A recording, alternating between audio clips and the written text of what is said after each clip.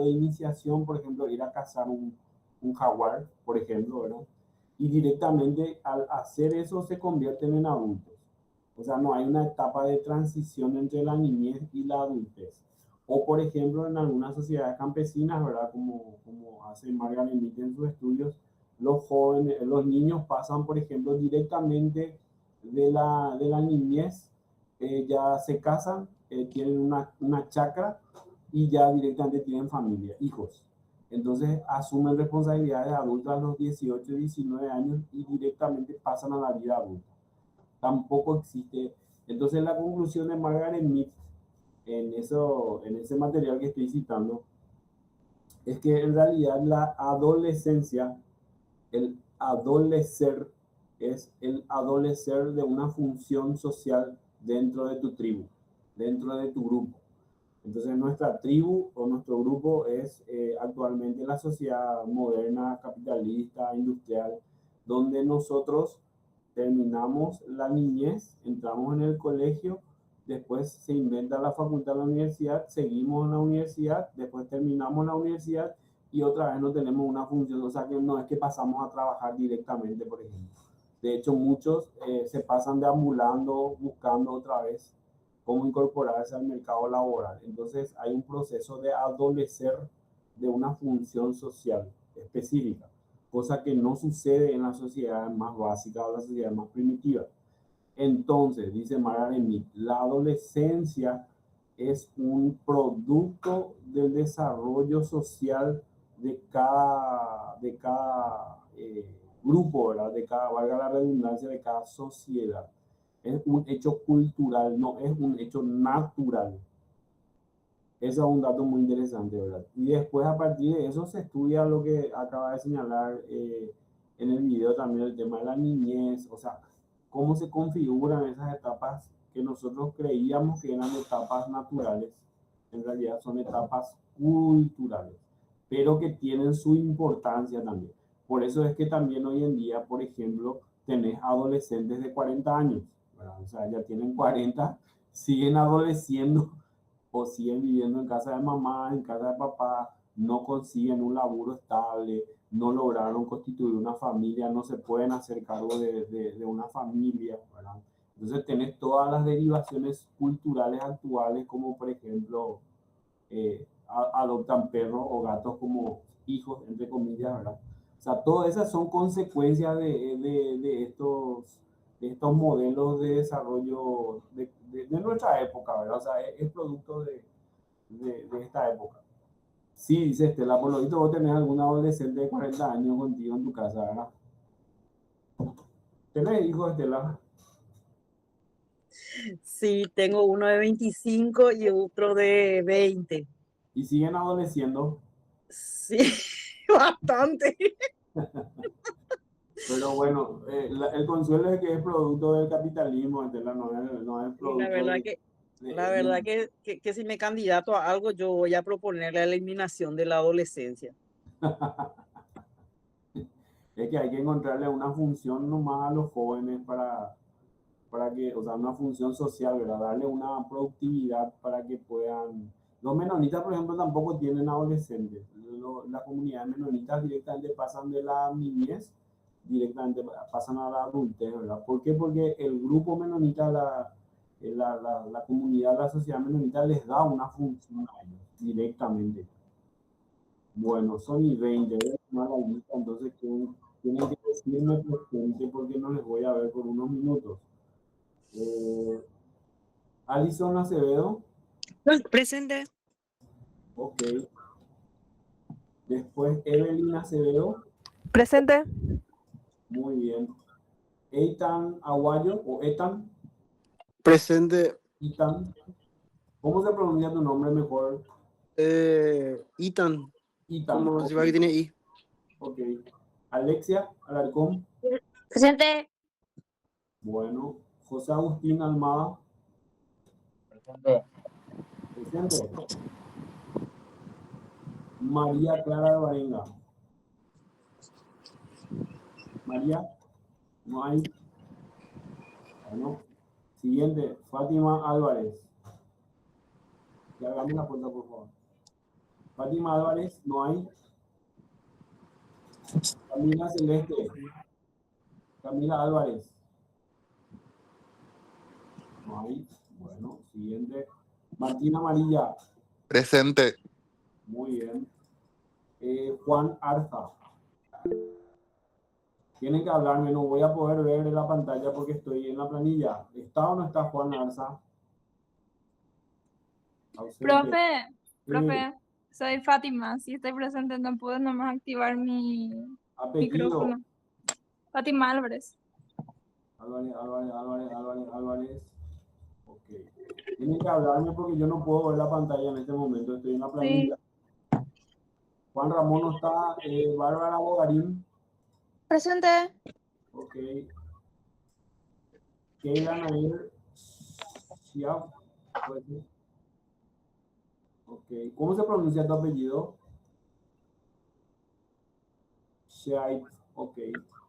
Fabricio Colmán. No hay. Siguiente. Rocía Colmán. Presente. Muy bien. Tamara Dalio. No hay. Bueno. Janina Dávalos. No hay. Muy bien. Verónica Duré. ¿Quién? Janina Dávalos. No pude prender mi micrófono nomás. Bueno, Verónica Duré. No hay. Bueno, Matías Espínola. Presente. Ok. Estela Leitas. Presente, yo. Ok. Luisana Gauto. Presente. Muy bien. Paula Gómez. Presente, profe. Muy bien. Melanie González. Presente. Bien. Ana González. Presente. Muchos que son. Fiorella Guzmán. ¿No hay? ¿Presente o no? Presente. Ok. Lucas Idoyaga. Presente. Bueno. Jazmín Jara. Presente, profe. Bien. Elías Maldonado. Presente. Bien. Nadia Marín. No hay. Bueno, Nadia no hay. Itzel Navero. Presente. ¿Está bien tu nombre? Itzel. Sí. Facundo Palma. No hay. Bueno, siguiente pasamos entonces. Amaya Palomar. Presente. Bien, gracias. Matías Pereira. Matías, no hay. Bueno, Osvaldo Recalde. No está. Leticia Riquelme. Presente. Bueno, Eliana Romero. Presente. Bien. Héctor Romero. Presente. Bien. Paula Sanabria. Presente. Daniela Sánchez. No hay. Bueno. Mauricio Vázquez. Presente. Ok. Tu apellido es Oyenhart. Oyenart. Ok. Fiorella Velázquez. No hay. Bueno. Valentina Villamayor. Presente. Y Zárate María Leticia. Presente. Bueno, no le llamé a alguien. A mí. ¿Quién es a mí? A mi profe Dayana Villalba. Villalba no tengo. Abril No. Valdés tampoco, profe. ¿Cómo? Abril Valdés. Villalba. Después Valdés. Abril. No. Villalba, ¿qué? Dayana Villalba. Sí, pero ¿es un solo apellido o tenés dos? Lo que pasa es que acá al poner apellido me sale un listado. Tienes que darme tu segundo apellido. Dayana Villalba Morínigo. Morínigo, acá. Yo también, Dayana profe. media.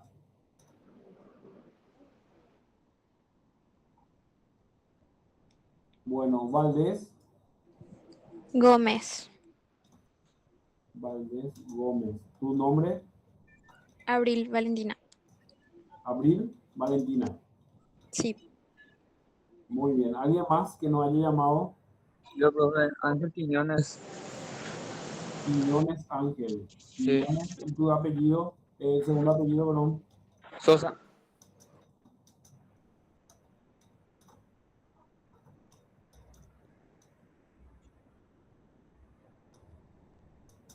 Ángel, ok. Muy bien. ¿Alguien más? Yo, profe. Maciel González. Montiel me llamé, ¿no? Maciel González. Bueno. espérame. Verónica Elizabeth.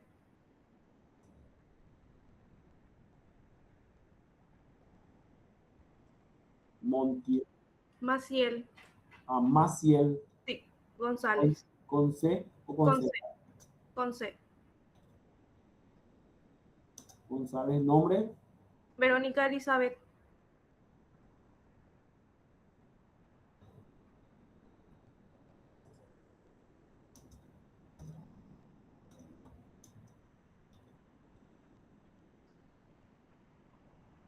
Ok. Gracias. Bueno. Ahí doy por terminado.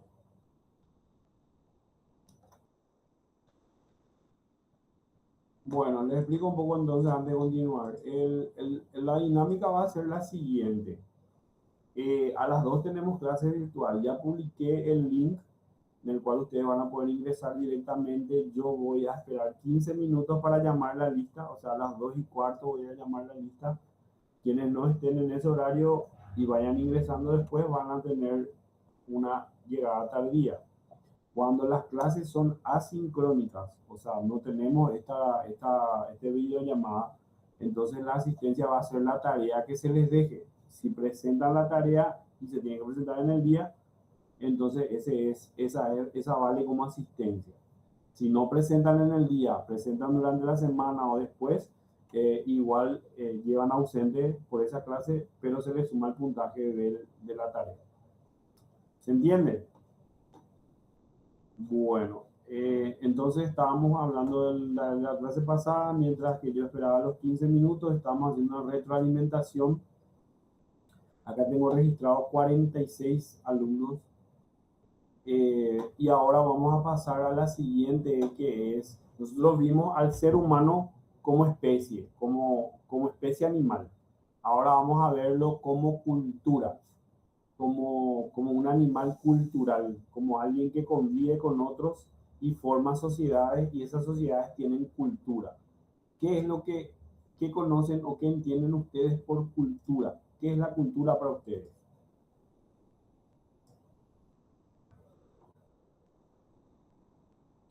Las costumbres. Costumbre. Por ejemplo, yo tengo la costumbre de levantarme a tomar mate. Esa es cultura.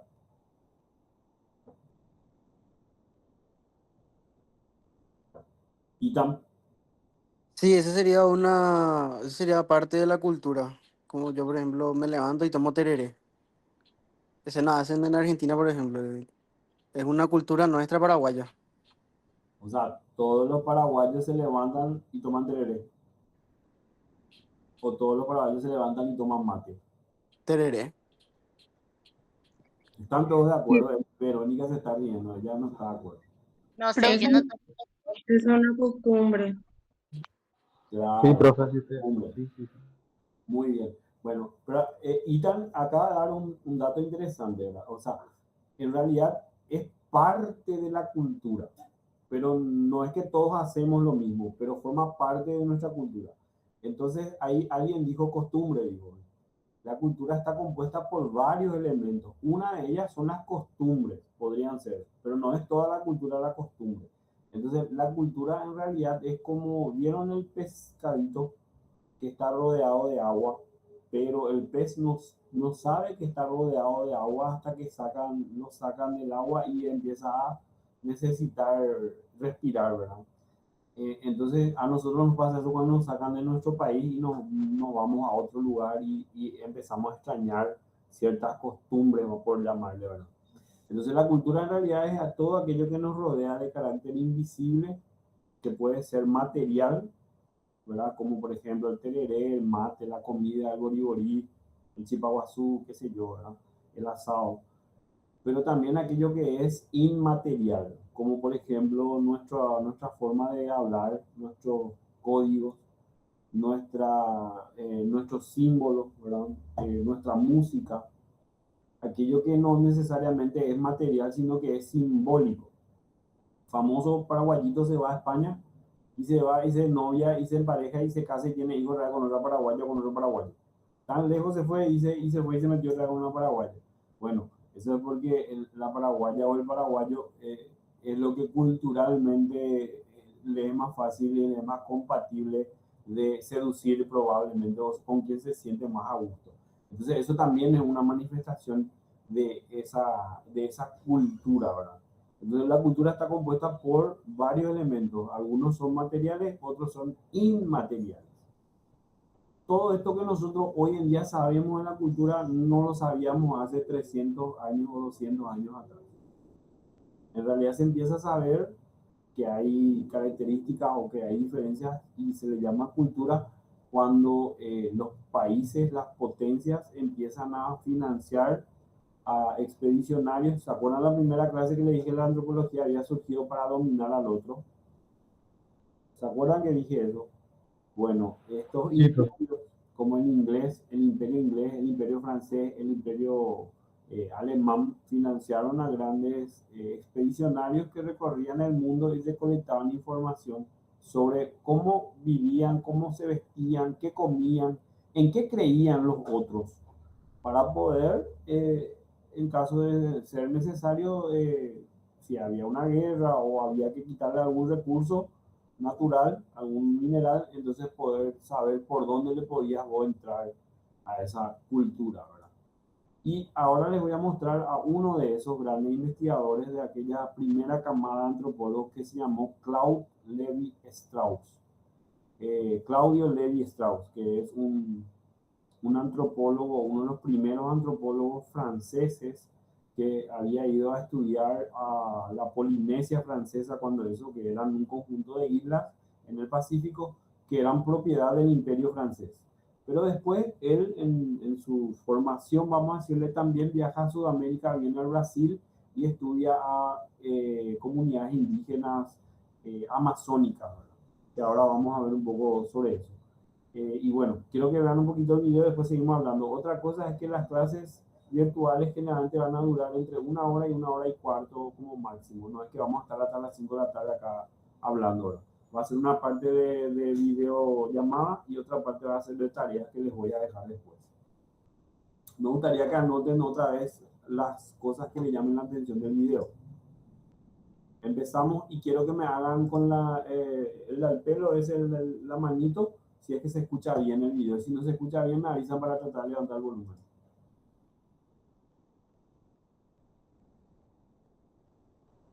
A las pelotas, ahí. En los últimos años, palabras como diversidad y multiculturalismo ganaron gran vigencia. Estos términos provienen de la antropología. La antropología estudia a la sociedad de ayer y de hoy, las relaciones de poder entre pueblos, culturas y sociedades. En sus comienzos se concentró en el estudio de los pueblos primitivos o salvajes, términos que años más tarde fueron reconocidos como discriminatorios. Cuando en el siglo XX la ciencia relativizó sus conocimientos y las guerras mostraron la irracionalidad del mundo, los valores de la cultura occidental entraron en crisis. Hasta entonces, la antropología se ocupaba de estudiar al otro, es decir, al no occidental. Pero hubo una... ¿Se escucha? Nadie me puso la manita, así que no sé si me escuchó. ¿Te escuchó? Bueno, Fátima dice levantó la mano, Abril levanta la mano. Al peloco no era levantar la mano, pero bueno. Antropólogo que planteó una autocrítica profunda hacia su disciplina y permitió una mirada superadora entre lo salvaje y lo civilizado. Claude Lévi-Strauss.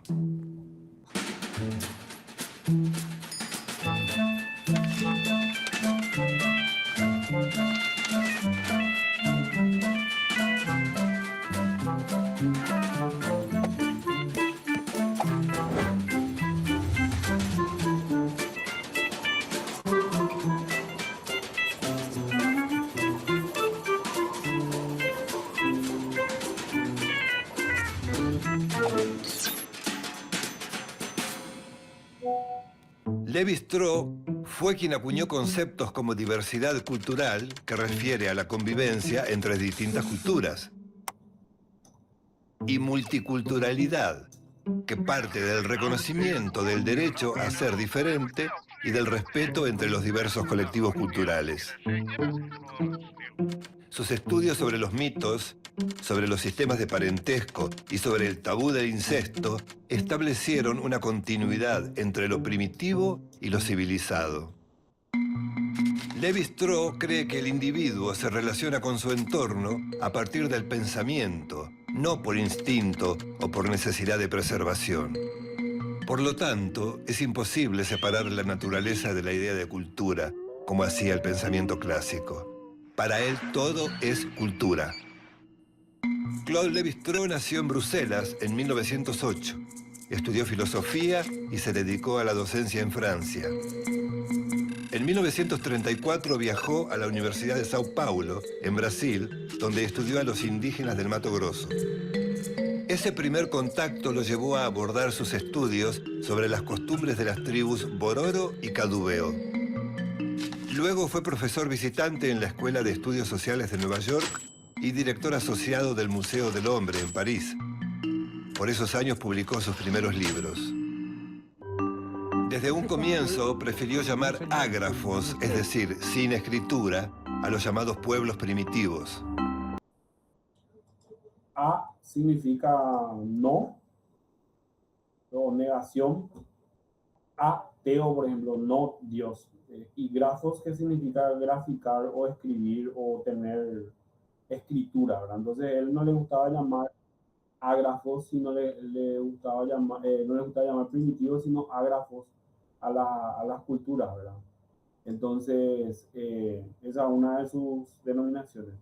Pero lo interesante de este señor es que lo que él va a estudiar en esta Polinesia francesa y luego también contrastar en América del Sur es lo que nosotros creemos que es algo natural, que es las jerarquías de parentesco, se llama, o las relaciones de parentesco. Nosotros creemos que es algo propio de la naturaleza el hecho de tener o de llamarnos hermanos o primos o tíos o abuelas o abuelos. Él descubre que en esas sociedades, principalmente en la Polinesia, no existían todas las categorías que él conocía como occidental, ¿verdad? Por ejemplo, no existía la diferencia entre primos, ¿verdad? O sea, un hombre se podía casar con su prima y eso no generaba un conflicto social como generaría en Europa en aquel entonces, aunque Europa también se casaban entre primos, los reyes, pero en la época de él ya no estaba permitido, ¿verdad? Entonces, a partir de ahí se construye el concepto antropológico de incesto. ¿Qué es el incesto? ¿Quién sabe lo que es el incesto? Es cuando un familiar se quiere acostar con otro familiar, ya sea un padre con su hija o una madre con su hijo. O entre hermanos. También. ¿Serían parientes consanguíneos, profe? Sí, después se va a extender esto, ¿verdad? Pero lo que Lévi-Strauss en la antropología va a descubrir que en realidad el incesto existió primitivamente como algo, entre comillas, normal. Que después se va a constituir en un tabú, en algo prohibido, y se va a empezar a separar. Y la primera separación va a ser entre padres e hijos o hijas. Entre madre e hijo, padre e hijo. Ya no se va a permitir las relaciones o la cópula o la reproducción entre padres e hijos. O sea, ahí aparece el primer nivel de parentesco. La primera categoría de pariente va a ser padres, hijos. Esa es la primera separación. Después la segunda va a ser entre hermanos. Va a aparecer la segunda categoría que va a ser hermano, hermana. ¿Verdad? La tercera va a ser primos, va a ser, hoy en día sería tercera, así mismo, esos son los grados de parentesco que hay. Pero eso no fue siempre así, no fue una cosa que desde los comienzos de los albores de la humanidad eso era así. Esta es una construcción cultural y ahora vamos a ver por qué. Entre muchos fenómenos, estudió el totemismo. El tótem es una figura simbólica de forma animal o vegetal que representa el vínculo que une a los integrantes de una comunidad. La tradición científica asociaba el totemismo al fetichismo o a las supersticiones. Por el contrario, hoy en día hay tótems sociales. ¿Ustedes tienen tótems? No. Seguro. Son objetos simbólicos. Si tenés, por ejemplo, un termo Stanley o un termo Bubba, es lo mismo que tener un termo de plástico que no tenga marca. Es lo mismo tener un termo con un simbolito que diga una cosa que tener un termo que no tenga simbolito. No. Esos son objetos totémicos. O sea, lo que hay que entender en la antropología es que cuando nosotros estamos hablando de cultura, de sociedad, no estamos hablando de allá, lejos del pasado, que algo que ya sucedió, sino que nosotros mismos también hoy en día seguimos teniendo esos tabúes, vamos a decirles. Tenemos los tótems, tenemos nuestros propios mitos, ¿verdad? Culturalmente nos ha cambiado mucho la cosa. Cambió el nombre nomás del tótem, pero seguimos teniendo mucho de ello. Vamos a ver, vamos a ir viendo. para Lévi-Strauss, el totemismo consiste en asociar en forma simbólica un grupo social con un tipo de animal en particular. Esta asociación es simbólica, no real. No se sienten osos, sino que admiran algunos de sus atributos. Era una forma muy elemental de organizar la experiencia. Algunos animales son cazadores, otros son colaboradores. Por eso el totemismo es un fenómeno intelectual. Los pueblos primitivos crearon relatos para entender fenómenos naturales que no podían comprender en forma racional. Estos relatos son los mitos. Lo que dije recién, ¿verdad? Los mitos. Nosotros decimos mitos y creemos que estamos hablando del Pombero, del Yacilla Teré, ¿verdad? De Luisón. Pero los mitos son explicaciones que le dan los grupos humanos, las sociedades humanas, a cuestiones que no pueden racionalizar, que no pueden comprender. Por ejemplo, cuando apareció el rayo, por primera vez algún ser humano primitivo vio un rayo. ¿Cómo creen que lo explicó? ¿Cuál sería la explicación? Pónganse ustedes en esa situación de seres humanos primitivos que están caminando por ahí, de repente se arma la tormenta, nunca en su vida vieron un rayo y de repente cae uno cerca de ustedes por un árbol y se incendia eso. ¿Qué van a decir? ¿Qué van a pensar? ¿Qué van a creer? ¿Cómo lo van a explicar?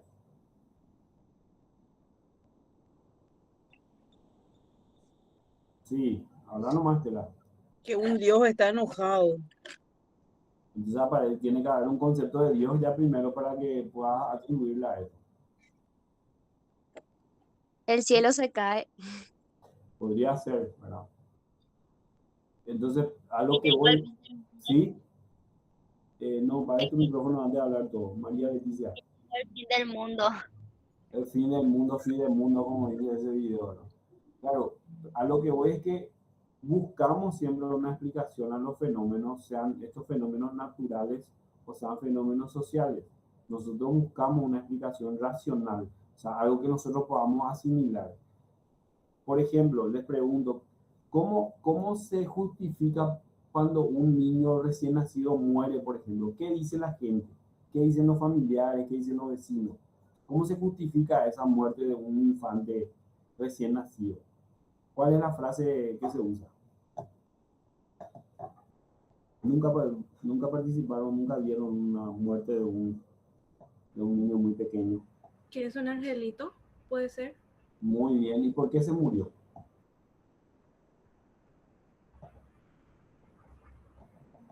No sé, profe. Pero ¿cuál Para es? que le cuide el padre. Podría ser porque pasó mucho tiempo dentro del vientre de su madre. No estoy hablando de sus causas biológicas, de su muerte, de su enfermedad, no. Cómo la gente justifica, por ejemplo, dice, seguramente Dios luego le quería otra vez en el cielo. A ese tipo de frases me estoy refiriendo, no a la causa de la muerte. Ok. ¿Cuáles son las justificaciones simbólicas que da la cultura a la gente a lo que sucede? ¿Cuáles son las frases que utilizamos para justificar algo que es muy doloroso, que es incomprendido? O cuando los motoqueros, esos motoqueros, motochorros se van y se revientan en sus carreras clandestinas. Vuela alto, fulanito, ¿verdad? Era un angelito, profe, un angelito. Él no hacía nada mal, profe, nada mal no hacía. No era su hora. No era su... Que Dios te cuide, José Luis. Vieron cómo enseguida salen todas, ¿verdad? Entonces, lo que quiero, vuelvo a repetir que se entienda esto, que la antropología como ciencia no es que le estudia a los indígenas, a lo que ya pasó, sino que sucede ahora, nosotros también tenemos mitos, ¿verdad? Y el mito, por ejemplo, el mito, para poder explicar en otros términos, el mito del curupí. ¿Quién me dice las características del curupí? Yo sé que se están viviendo en su casa, cada uno en su interior, pero alguien se va a animar a decirme cómo es el curupí. ¿Quién se anima? ¿Cuál es la característica principal del curupí? Que Su ese cinturón no es creo. cinturón. Su cinturón de carne, profe. Su guaca guaca. La víbora guiada por su cintura. Bueno, entonces podemos estar de acuerdo en que es un mito sexual, porque su principal característica es su atributo sexual, ¿verdad? Estamos de acuerdo, me pueden hacer así la manito con el, ¿vieron que tienen el simbolito ahí para hacer los emojis? Bueno, ¿cuál es la función del mito sexual del curupí en la cultura guaraní primitiva? No ahora, donde nos burlamos y hacemos, inclusive ponemos como marca de una hierba. El mito sexual, o los mitos sexuales existen en todas las sociedades, en todas. No existe grupo humano primitivo o moderno que no tenga su mito sexual. O el negro del WhatsApp que fue durante un tiempo. Pero ¿qué pasa? Que el mito sexual en la antigüedad, en la sociedad indígena guaraní, cumplía un rol educativo. Era una función social cultural de control de natalidad. ¿Por qué? ¿En qué horario el curupí supuestamente ronda los bosques, los caminos? ¿Cuál es su horario? Las 12 de la noche por ahí. No es a la noche. La siesta. Es durante la siesta. ¿Por qué? ¿Qué hacen los papis y las mamis en la cultura campesina paraguaya, en la cultura guaraní durante la siesta? Dormir la siesta. Muy bien. ¿Y qué hacen los jóvenes, niños, adolescentes para explorar su sexualidad antes de que papi y mami se acuestan a dormir la siesta?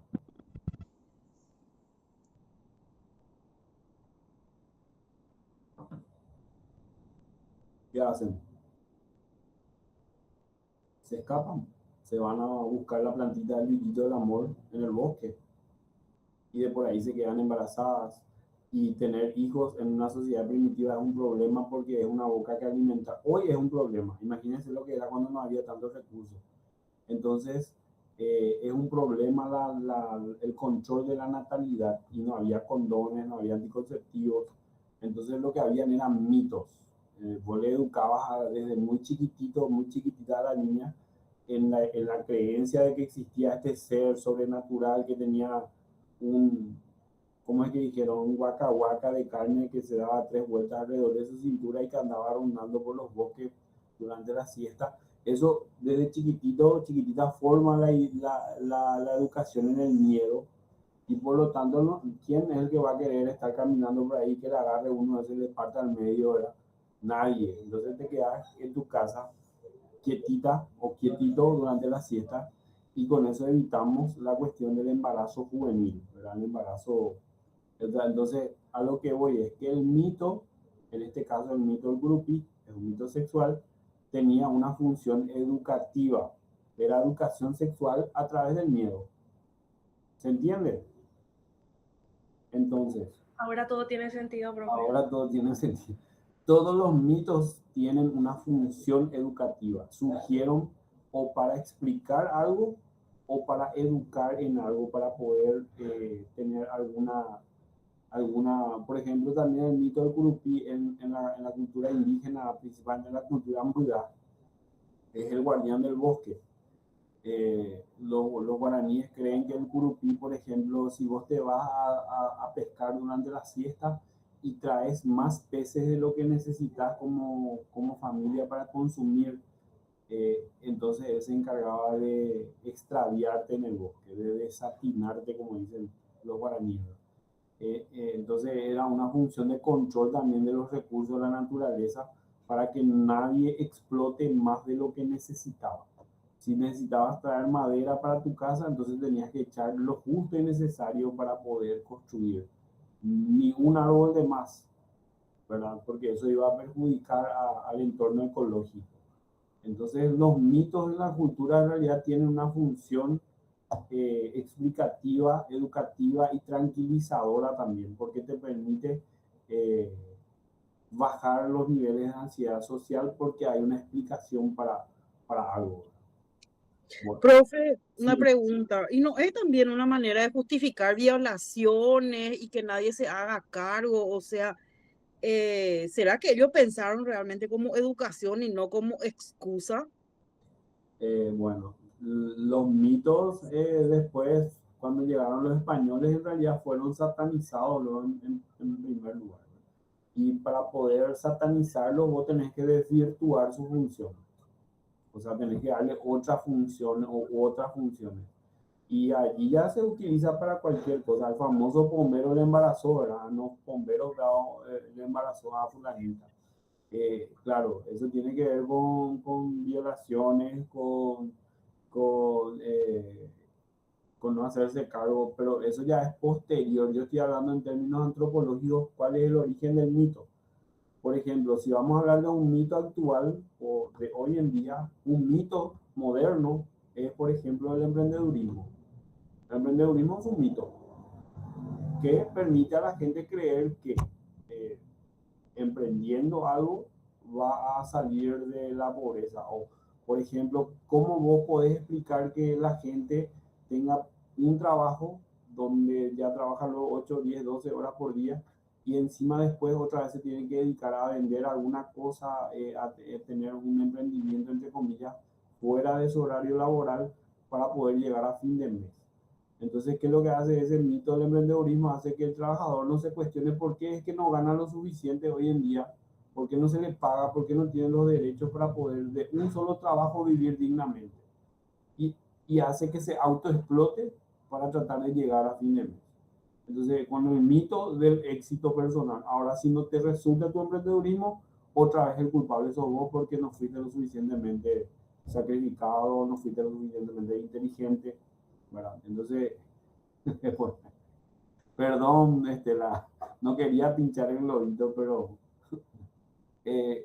vuelvo otra vez y repito, sería Pablo Escobar.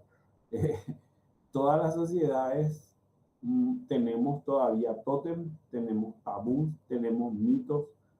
Todas las sociedades seguimos, o sea, esta sociedad que creemos que es ultra archi moderna y ultra archi tecnológica, culturalmente, evolutivamente, tenemos las mismas características que hace unos cuantos miles de años atrás todavía, ¿verdad?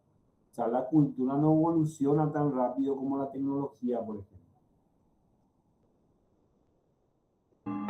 Los mitos son relatos transmitidos por vía oral, anónimos, y su origen se pierde en el tiempo.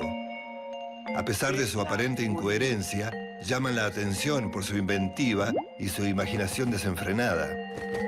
Nacen de la necesidad del hombre de crear instrumentos para procesar problemas lógicos, de inventar una estructura de imágenes que confiera sentido al resto del mundo. Reescribir de acuerdo a los contenidos. Así poder explicar fenómenos como, por ejemplo, la maternidad. Los mitos sirven para remediar ciertas contradicciones que una cultura no puede resolver. Son una lente de aumento sobre cómo pensaron los hombres en su evolución. Lévi-Strauss dice que esas estructuras mentales que conforman una cultura no son patrimonio de la civilización, sino del hombre. La mente transforma la experiencia concreta en ideas abstractas. Estas ideas abstractas son las estructuras. Es decir, las estructuras son modelos para estudiar la realidad. El concepto de estructura lo lleva a definir su disciplina como antropología estructuralista, también llamada estructuralismo social. Entonces, la antropología, principalmente esta escuela de Lévi-Strauss que se llama escuela estructuralista, lo que dice es, me están escuchando, ¿verdad? Porque acá Sí. Sí, me apareció conexión inestable nomás por eso. Que nosotros como sociedad humana funcionamos mediante estructuras. ¿Y qué son las estructuras? Son ideas abstractas, son conceptos. Por ejemplo, una estructura es la familia. Esa es una estructura social, la familia. Ahora, yo les pregunto, ¿esta familia de hoy en día es la misma familia de hace 50 años atrás?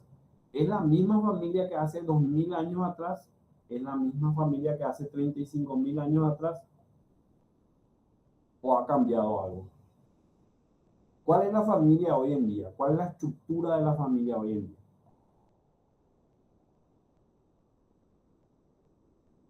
Mamá, hijos, papá, papá, papá, papá, papá, ¿verdad? Va cambiando de tío o de papá o papá. que papá no esté.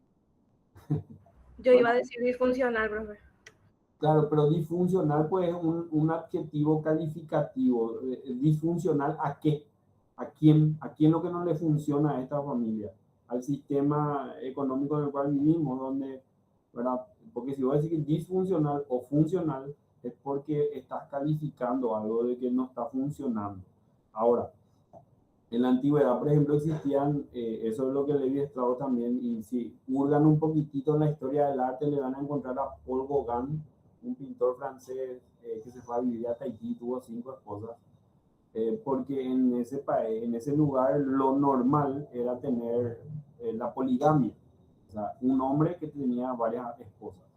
Pero sin embargo, en otras islas alrededor, lo normal era la poliandría, que era una mujer y varios esposos, ¿verdad? Pero sin embargo la historia de la cultura occidental machista te habla solamente de la poligamia, de los hombres que pueden tener varias esposas, pero no te hablan de la poliandría, por ejemplo, que también existió o que existe inclusive en algunos países de África todavía, donde una mujer se casa con varios hombres y tiene hijos de varios hombres, ¿verdad? Entonces, eso, el concepto de la estructura, de la antropología estructuralista, dice que nosotros funcionamos mediante estructuras que son estructuras mentales o estructuras sociales. Otra estructura que ustedes conozcan, yo dije uno, la familia. Una estructura abstracta que hace que funcionemos.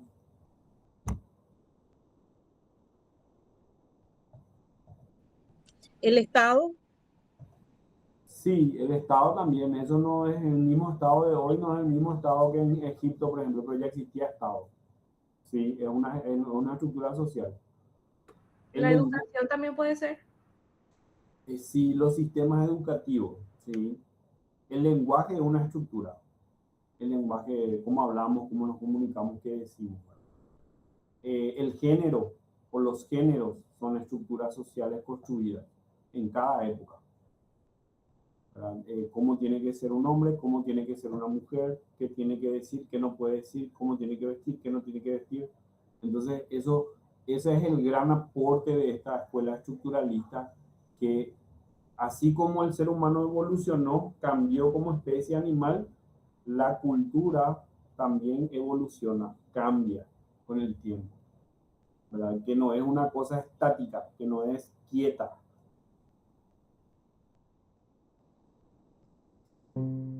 Lévi-Strauss dice que las estructuras no son manifestaciones concretas de la realidad, sino que son modelos mentales de la realidad. Por ejemplo, una maqueta, que es un modelo, permite visualizar el puente que se desea construir. El hombre primitivo apela a los elementos de su experiencia para construir esos sistemas simbólicos como si fueran maquetas. Las estructuras también le sirven a Lévi-Strauss para estudiar las uniones matrimoniales de los pueblos primitivos. En una sociedad determinada surge la necesidad de que los hombres intercambien sus mujeres con otras sociedades. Este intercambio busca hermanar distintos clanes para asegurar la supervivencia en términos de evitar enfrentamientos.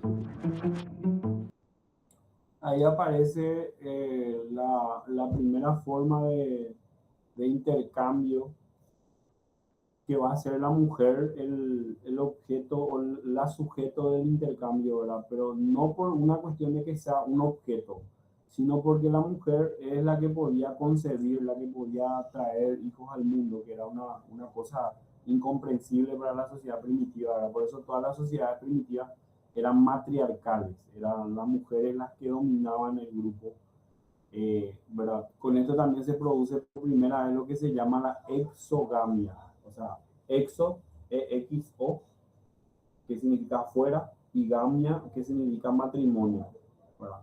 Casarse con alguien de afuera de la tribu. Y rompe lo que hasta ese momento se llamaba como la endogamia, que es endo significa adentro y gamia significa matrimonio, ¿verdad? El casarse con alguien de adentro, el de la tribu, que es alguien que es un pariente otra vez, o la consanguineidad, ¿verdad? Entonces, a partir de que aparece el lenguaje, ¿se acuerdan cuándo aparecía el lenguaje? Cuando en la primera clase hablamos. ¿Cuándo apareció el lenguaje? ¿Para qué apareció el lenguaje? Manny, Sid, Diego. Para lograr comunicarse entre los integrantes, ¿Pero para qué se querían comunicar?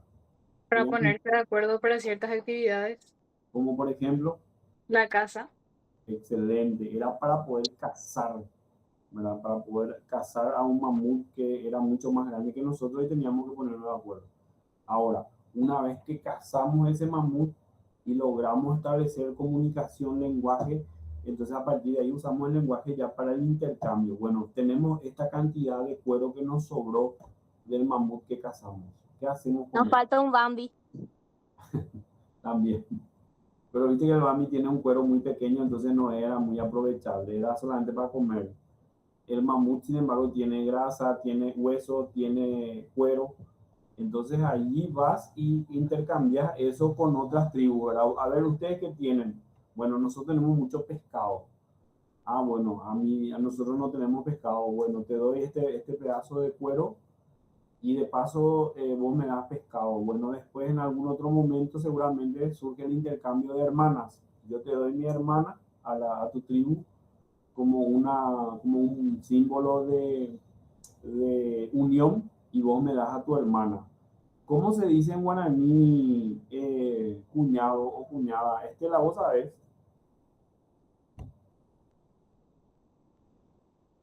Robaya. Roba. Robaya. ¿Y roba qué significa, Leticia?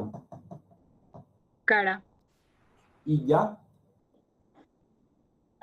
Creo que cabe, pero no sé si tiene otro significado. Pegado. Pegado, o ya, o yo. Nuestra cara están pegadas, significa la traducción literal. ¿Qué significa eso? Que vos y yo tenemos la misma categoría, que ni yo soy más que vos, ni vos sos más que yo. Tenemos toballa, nuestra cara está pegada. Entonces, como nuestra cara está pegada, ambos tenemos la misma jerarquía. Ahora, los guaraníes le ofrecieron a sus hermanas a los españoles para hacer surobaya, y los guaraníes establecieron el cuñadazgo. Eso vimos en historia en el colegio. ¿Qué hicieron los españoles? Les explotaron a los guaraníes. ¿Por qué? Porque para los guaraníes el cuñadazgo era un intercambio entre iguales, por eso el término orobaya o tobaya. Entonces era, yo te doy mi hermana o mis hermanas, vos me das tus hermanas y automáticamente toda mi familia está obligada a trabajar en tu chacra y toda tu familia está obligada a trabajar en mi chacra. Entonces había reciprocidad, los dos nos ayudábamos, los dos nos beneficiábamos. ¿Qué hicieron los españoles? Dijeron, miren, estos pelotudos me están ofreciendo a sus hermanas, están prostituyendo a sus hermanas, me voy a aprovechar de él y voy a traer a 30 de sus hermanas, les voy a embarazar a todas, les voy a esclavizar a ellas y a sus hijos, y a estos pelotudos les voy a hacer trabajar en mi chacra también, porque ya que vinieron a trabajar, ahora se van a quedar a trabajar acá. O sea, convirtieron eso en una esclavitud. Y esa fue Aparte de robar oro. Claro, acá no había oro, ese es el problema en Paraguay, había muchas mujeres.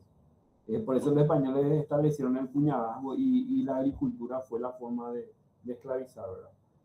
Entonces, esa es una de las manifestaciones de lo que se conoce como el intercambio de mujeres, y los españoles, con una visión europea de la Edad Media, creían que le estaban regalando, que estaban prostituyendo a sus mujeres. Esa idea quedó hasta hoy en día en el paraguayo todavía, ¿verdad? Que cree que los guaraníes o las indígenas se prostituyen, ¿verdad? Básicamente. Quiere entrar, ya está entrando demasiado tarde, así que Lola, mientras estamos terminando. Verónica, pero eso estaba, ¿qué pasó ahí?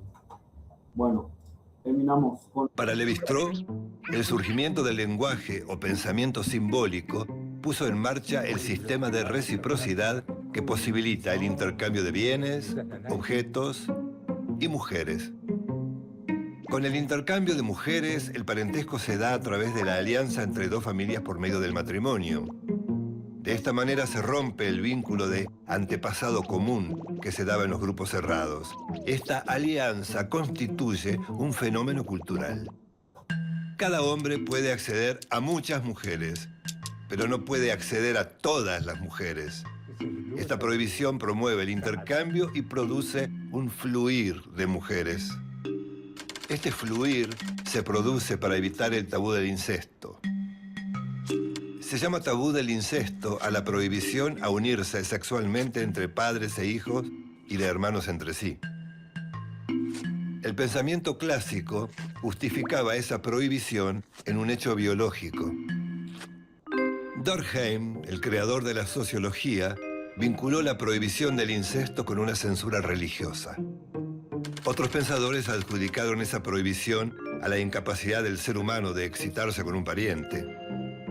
Lévi-Strauss dice que no se trata de una imposición natural, sino cultural. El incesto impone reglas, hábitos y mandatos que no dependen de la naturaleza. Por lo tanto, se transforma en cultura. La función primordial del tabú del incesto es obligar a que los individuos se casen con miembros de otros grupos. A partir del tabú del incesto, un pueblo establece sus normas y sus prohibiciones. Ese nuevo orden es la cultura. De esta manera concluye que la forma de pensar del hombre primitivo y del hombre moderno son similares. Diferentes grupos indígenas clasifican plantas y frutos en función de colores, olores y sabores. El pensamiento sirve para oponer, clasificar, separar, jerarquizar y unir los elementos del mundo. La particularidad del pensamiento salvaje es que parte de la observación de lo concreto. El águila vuela, el gorrión vuela, la golondrina vuela. Así se llega a la abstracción. Hay animales que vuelan. Lévi-Strauss dice que el pensamiento salvaje, que él llama mágico, y el pensamiento científico son formas diferentes de abordar el conocimiento. El pensamiento mítico-mágico es un sistema lógico que permite clasificar, entender y catalogar el mundo conocido y producir nuevos conocimientos. A través de estos sistemas clasificatorios, el mundo se inscribe como un conjunto reconocible y manejable. Uno de los aportes más significativos de Lévi-Strauss es la idea de cultura que permite pensar al hombre primitivo como un hombre culto. Es decir, un hombre que piensa y razona para vivir en el mundo es un hombre culto. Entonces ahí, una de las cuestiones, una de las diferencias que hace Lévi-Strauss es entre el saber, vamos a decirle, el conocimiento mítico, mágico, religioso, en realidad se le llama, ¿verdad? El pensamiento mítico, mágico o religioso son tres en uno, donde al comienzo el ser humano explica todo lo que le pasa, los fenómenos naturales y los fenómenos culturales, como un fenómeno, el rayo, ¿verdad? Cayó un rayo, entonces justo cayó por un árbol, y entonces ese pedazo de árbol se convierte en un fuego, en una fogata, y luego entonces inventa un dios para el fuego, un dios para el rayo, el Zeus, por ejemplo, para los griegos, y eso lo lleva a la categoría de divinidad. Entonces agarra un objeto y le pone, bueno, este se va a llamar Zeus y va a ser el dios del rayo o del fuego, y empieza a construir un sistema de creencias que después se va a llamar religión, ¿verdad? Pero al comienzo ese pensamiento mítico, mágico, religioso le va a ayudar a entender el mundo, le va a ayudar a explicar el mundo. Y eso después lentamente se va a ir convirtiendo en el pensamiento científico, que es el que supuestamente, vamos a decirle, ¿verdad?, hoy en día manejamos. Supuestamente digo porque hay cada terraplanista por ahí rondando. Nos permite, por ejemplo, explicar que el rayo es una descarga eléctrica, que hay un montón de electrones con carga negativa, o sea, hay toda una explicación que ya pasa por otro ámbito, por un conjunto de conocimientos para poder llegar a entender de que había sido no es Zeus, sino que es una descarga eléctrica de un fenómeno atmosférico. Pero los dos son formas de pensamiento para explicar el mundo. Y lo que permite esto también es que Lévi-Strauss dice que no existe ser o persona que no sea culta en ese sentido. Todos somos cultos si es que funcionamos bien dentro de nuestra cultura, de nuestro sistema cultural. Por ejemplo, un campesino o una persona culta respecto a un urbano, respecto a la naturaleza. Por ejemplo, sabe cuándo va a haber sequía, cuándo va a llover, cuándo hay que plantar la semilla, ¿verdad? Cuando está viniendo alguna tormenta. Son cosas que nosotros no podemos identificar en la ciudad. Sin embargo, frente al urbano, el campesino dentro de la ciudad es un ignorante, ¿verdad? Porque no maneja, qué sé yo, no sabe usar la plataforma, no maneja una app.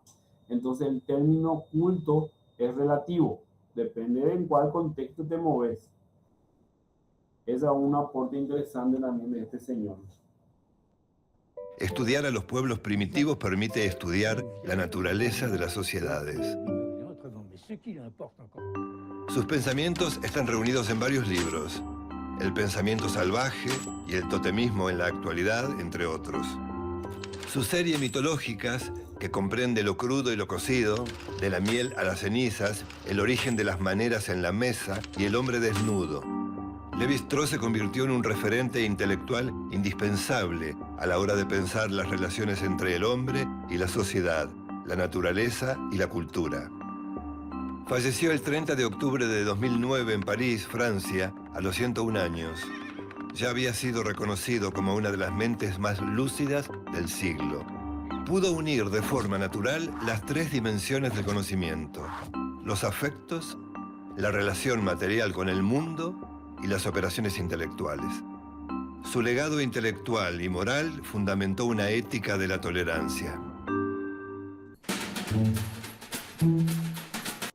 Bueno.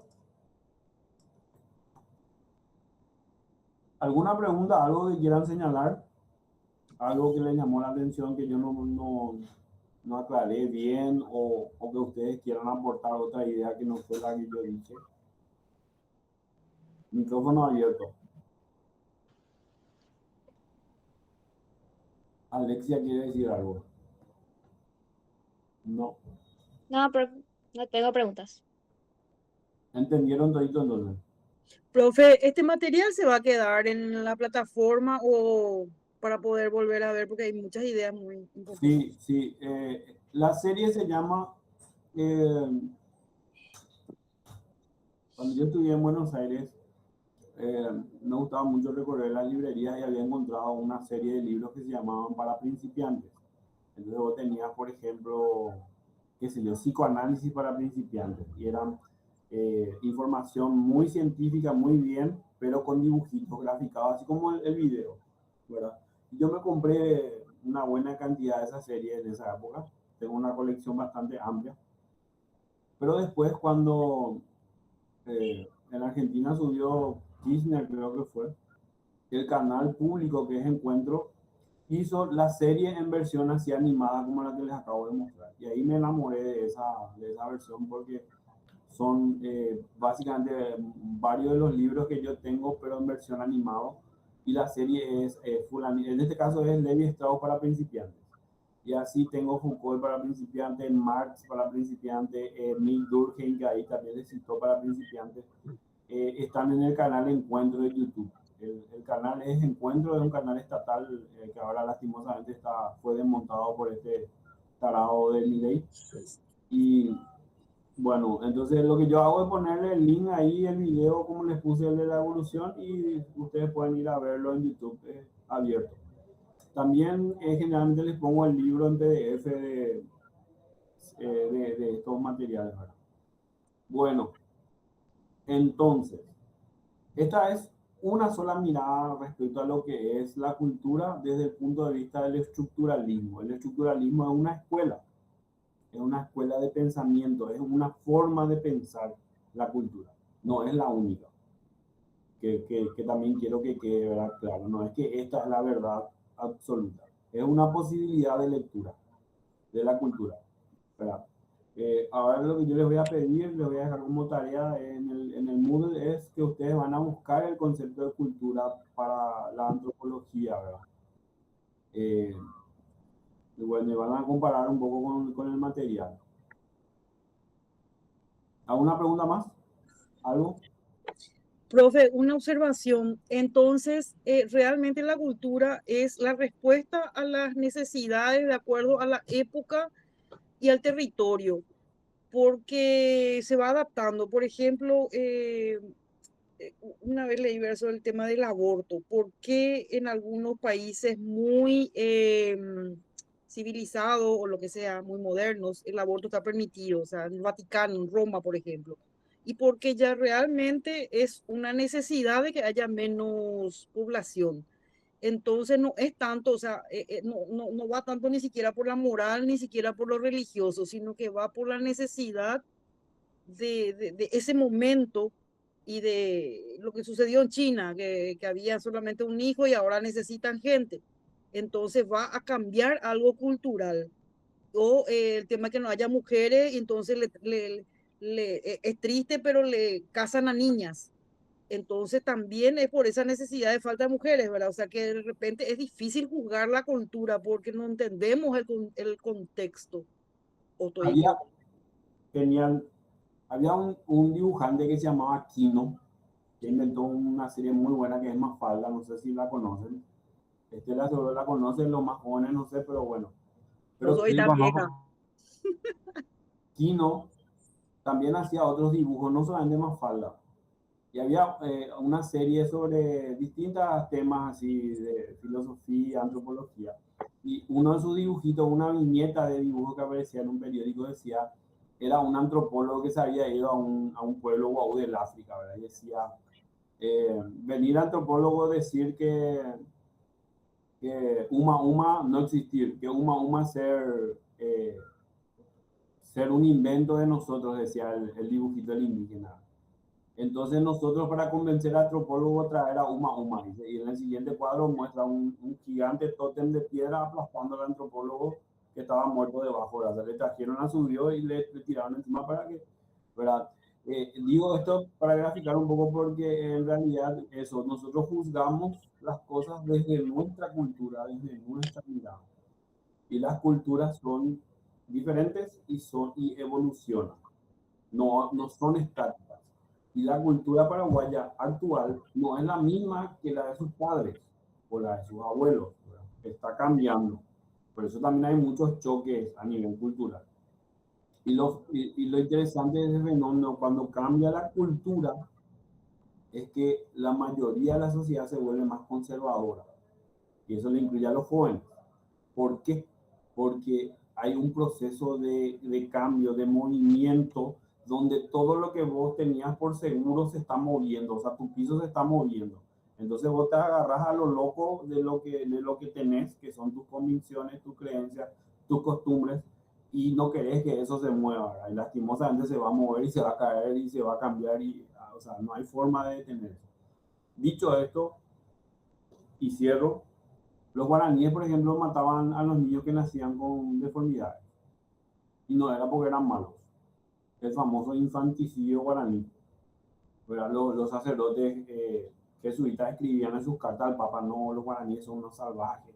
Usted no sabe que ellos matan a los niños que nacen con deformidades.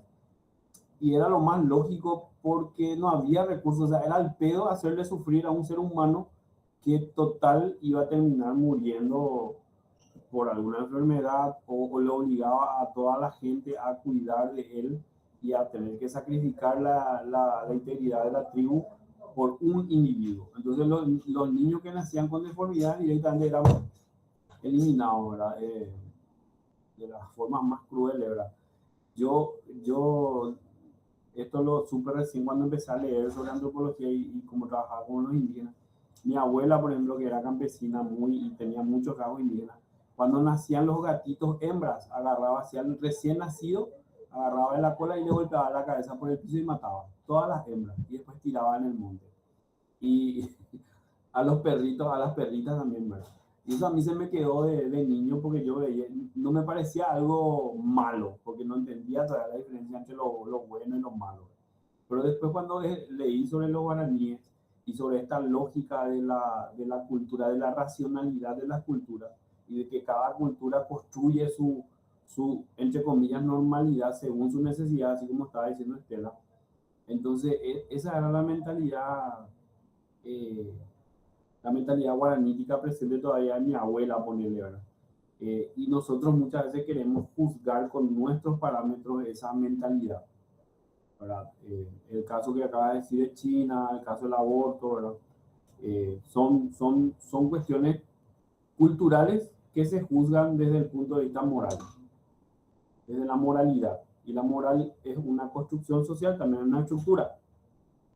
Para esta época, algunas cosas, por ejemplo, para esta época es inmoral tener un esclavo. O sea, nadie puede tener hoy en día un esclavo porque sería algo, mira, se escandalizaría. Pero sin embargo, es moral pagarle a un empleado menos el salario mínimo.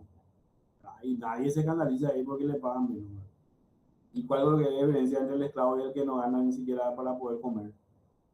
¿Se entiende la diferencia en la moralidad, cómo van cambiando con el tiempo una construcción social? Bueno, me alargué un poco más de la cuenta, pero así es. Da gusto la antropología cuando empezás a escarbar un poquitito. Bueno, si no hay más preguntas, voy a terminar con esto. Esta persona que preguntó, acá está, dice: profesor, ¿ya llamaste la lista? Sí. Llamo en los primeros 15 minutos.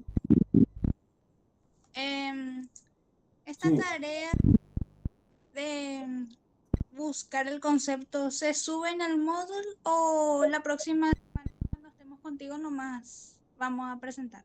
No, yo voy a publicar la tarea en el módulo, todavía no publiqué. Cuando yo publique, ahí te va a dar la opción de levantar vos tu investigación, pero vas a tener hasta la semana que viene tiempo para levantar. Okay. ¿Y la tarea anterior también va a ser así, profe? La tarea anterior ya se terminó porque era por el día sincrónico ese de la vez pasada.